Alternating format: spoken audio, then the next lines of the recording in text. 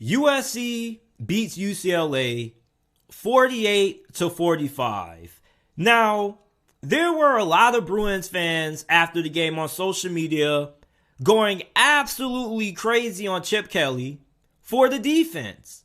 And it pretty much seems like many UCLA fans are trying to pin this loss on the defense. And I really don't understand it. Like, the defense played good enough for UCLA to win. The defense gave UCLA the ball to end this game. Something that if you're Chip Kelly and Dorian Thompson-Robinson, you want. You want to have the game in your hands. You want to have the opportunity to drive down the field and beat your rival. However, what did Dorian Thompson-Robinson do? He wasn't able to deliver. He had 4 turnovers in this game. But yeah, we want to try to put all of the blame on the defense. We know that Chip Kelly's defenses aren't good. We know that UCLA has to win shootouts to win. However, the defense isn't the main cause for why they lost this game. The defense gave the Bruins an opportunity to win, which is all you can ask for. And not only that, but let's not forget that there was one point where UCLA was up 14-0 to start this game. Dorian Thompson-Robinson gave us the DTR experience. You know, I have a question for UCLA fans and USC fans. What do you guys think is going to be his legacy once he moves on from Bruins football?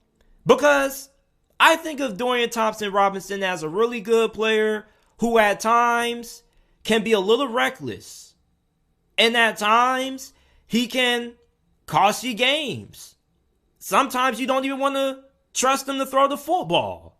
And in this game, we got the full experience of the DTR roller coaster. I mean, the dude had a good game, but a bad game. That's really the best way I can put it. 23 of 38, 309 passing yards, 4 touchdowns, but 3 interceptions. He also had 81 rushing yards and 2 touchdowns. But he also had a fumble. So it's like, the dude played good. He put UCLA in position to win this game. But he also put UCLA in position to lose this game. He had 2 interceptions right before halftime. Imagine if he didn't have those interceptions. UCLA, they score. They go up double digits going into the half. And then you can run the ball with Zach Charbonnet, control time possession. You see, the game plan to beating UCLA has been the same throughout DTR's tenure.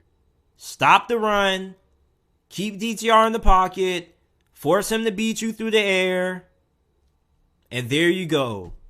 USC's defense, something that we have criticized about them all season long, has been their physicality.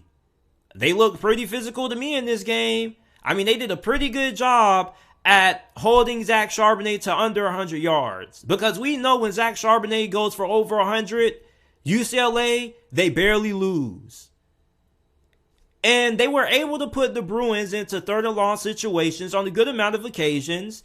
And that's how they were able to, force Dorian DTR to make mistakes. And I really don't understand the 2 interceptions before halftime. Like, bruh, you got to understand the situation. One of those interceptions, the second one he threw, is just awful. It's just really disappointing if you're UCLA. Because you came really close to winning this game. And, many Bruins fans, and we're going to talk about USC. I know you guys are like, when the fuck are you going to talk about us? I got you. UCLA fans are really irritated with Chip Kelly. Okay? They understand what he's done the last 2 seasons. This program is moving in a pretty good direction. However, you see Lincoln Riley comes in and only 1 season surpasses anything that Chip Kelly has done during his time as a head coach for UCLA. Like, you want to be that team that's going to the Pac-12 championship. You want to be that team that's competing for the college football playoffs. But however, Chip Kelly seems to kind of be holding you back because of his inability to recruit. And that definitely was on display in this game. You know, I don't feel like USC was the overwhelming better team, but I definitely see defensively UCLA is lacking key talent in positions that you need to have talent at. And Chip Kelly hasn't really done a good job at recruiting. And that's something that UCLA fans are really frustrated with. UCLA fans are just frustrated that you see your rival across the street from you having so much success and you're asking yourself, why not us? Don't we have the same resources? Don't we have similar situations? I mean, why can't we have this success? So I understand the frustration from UCLA fans about this loss. Like, people, I don't think Bruins fans are expecting to make it to the college football playoffs. But however, you would like to taste a little bit of the success that USC has tasted for over the past, 2 decades?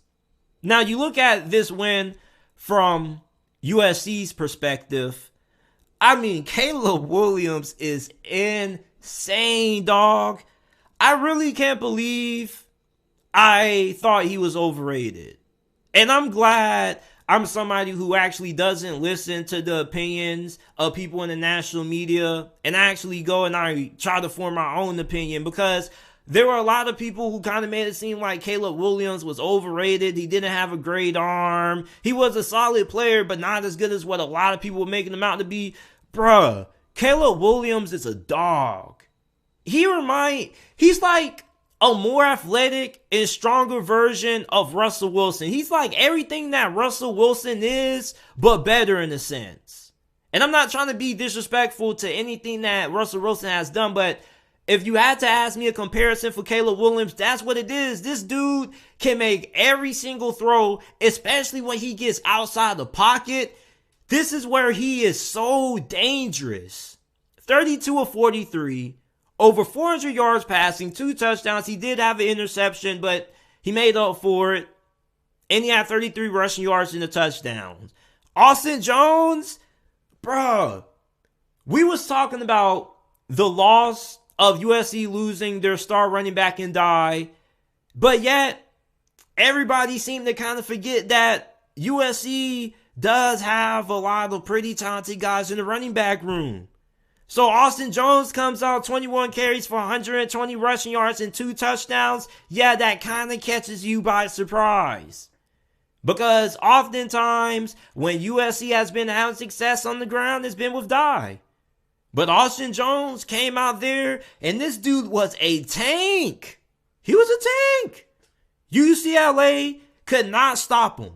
And Jordan Addison, bro, I almost forgot that he was one of the best receivers in college football, because we've been so worried about the dude Johnston from TCU and all these other wide receivers.